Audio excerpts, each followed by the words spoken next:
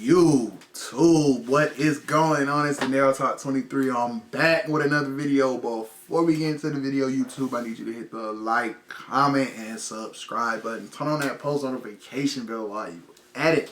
Today we got why Chris Tucker disappeared from Hollywood. Let's get straight into it.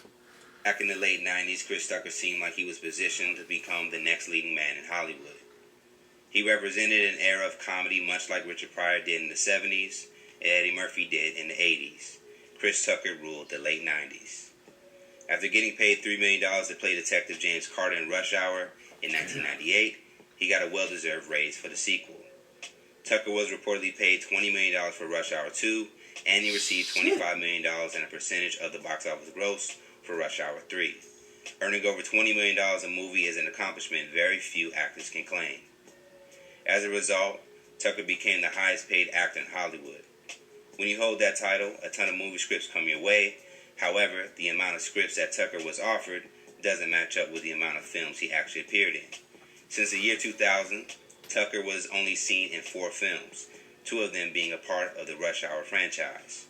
How does Tucker go from being one of the most bankable stars in Hollywood to rarely being seen at all? Here's why Chris Tucker disappeared from Hollywood. Chris Tucker made his stand-up debut on Def Comedy Jam in 1992 and had one of the most memorable sets. The electrifying set catapulted Tucker into stardom as he was cast in small roles like The Meteor Man and House Party 3. That same year, Tucker tried his hand at drama in the film Dead Presidents. 1997 would be the year Chris Tucker would make an even bigger impact in the industry because he would go on to release 3 films: Money Talks, The Fifth Element, and a small role in Jackie Brown. The year after that, Tucker would reunite with Brett Ratner, the director of Money Talks, for Rush Hour, arguably his most recognizable role globally. Rush Hour was a huge hit for audiences, grossing over $244 million worldwide. And it's Macy's one-day sale now with great deals of the day. I can watch that like Rush Hour handbags shit. and wallets up to 1 and 2. 50% off. Hell, Designer 3 suits ain't up all to that. 60% 1 and off 2. and up to 65% off luggage sets. Download the app for even more deals at Macy's. And after the success of Rush Hour, Tucker would earn $20 million and $25 million for his respective sequels. Now, the highest paid actor in Hollywood, Tucker was able to be more selective with his next projects, which served as one of the reasons his fans started seeing him less. It's been reported that Chris Tucker became a born-again Christian a few years later after filming Friday. This change would ultimately be another reason why he declined to return as Smokey in the Friday sequels, as he felt the character wasn't a suitable role model. With his newfound faith, it's understandable that Tucker declined on other roles that he felt didn't align with his spiritual journey. In his process of trying to go to the next level within his comedy, he had a what you call a Christian comedy crash without letting it flow automatically. Once you step in that next level, no one can train you for that. No one can prepare you for that. You're on your own. And what happens when you cross that line into show business, you go into a whole nother world that you cannot predict. Why is he looking like that? And that's what happened to Chris. According to Vulture magazine, Tucker was in talks to have a part in Lethal Weapon 4. The character was Detective Lee Butters. Chris Rock would go on to get the role. A shooting conflict would prevent Tucker from accepting the final offer, as filming overlapped between Rush Hour and Lethal Weapon 4. Filming of Lethal Weapon 4 began in January of 1998, but Rush Hour wouldn't end until February of 1998. Tucker was also in the running to appear in Any Given Sunday, which was released in 1999, right in between Rush Hour 1 and 2. Tucker turned down the role of Willie Beeman, and the part eventually went to Jamie Foxx. Okay. The film and character would go on to highlight drugs, sex, and the fast life surrounding professional sports. Another role Chris was up for, the role of Jamal Walker in Black Knight. Tucker signed on to the project back in 1999 after Rush Hour was released. Along with the director of the original Friday, F. Gary Gray, Tucker was going to earn between $13 million and $15 million for the film. According to the Chicago Tribune, both dropped out due to concerns over the script.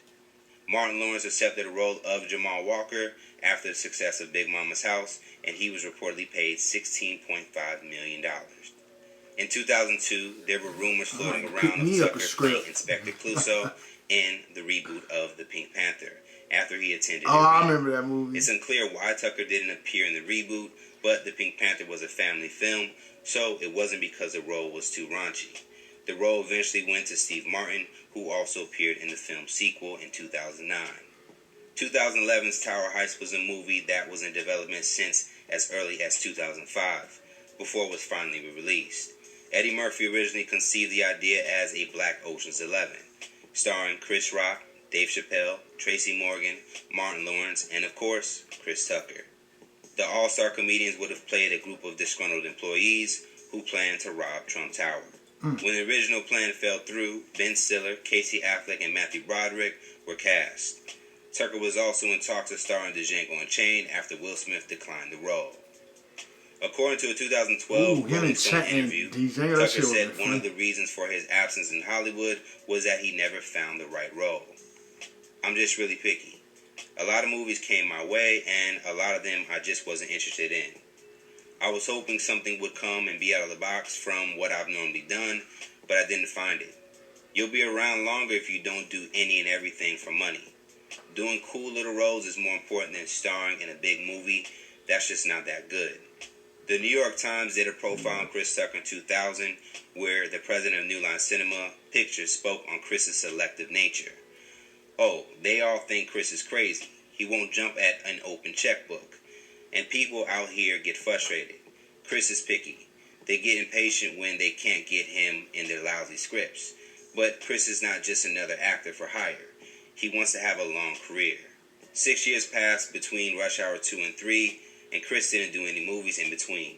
After Rush Hour 3, it wasn't another 5 years before Chris was seen on movie screens again, which was Silver Linings Playbook in 2012. In interviews, Tucker has claimed that he wanted to do more serious films, which explains why his last 2 movies have gone in that direction. I want to do something that excites me, that is different and fun.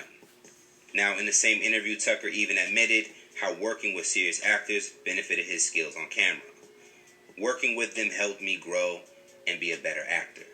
When speaking to the Daily Beast, Tucker said, "The break wasn't planned. It just happened that way. I waited a long time and the right things weren't coming to me. The roles I was offered weren't that challenging, so I started trying to develop a bunch of projects for myself." The projects that Tucker is referring to is a political comedy where Tucker would play the president. The film has been in development as early as 1999, and while doing press for Rush Hour 3 in 2007, Tucker still had plans to produce the film. However, when Obama was elected the first black president in 2008, the project seems to have been scrapped. According to Vulture magazine, as a part of research for the movie, Tucker visited troops in Virginia and consulted with Nelson Mandela, Jesse Jackson, and Bill Clinton, who wanted a cameo. Yeah, he was doing a Another lot of project shit. Tucker was developing for himself was under the name Double O Soul. Chris Tucker has been attached to the project since 1998, and Tucker would have played a spy, similar to the Austin Powers franchise. Mariah Carey was set to co-star, but the film never took off. In a 2012 interview with The Guardian, Tucker said, "I would love to do more serious movies because people haven't seen me do a lot of that."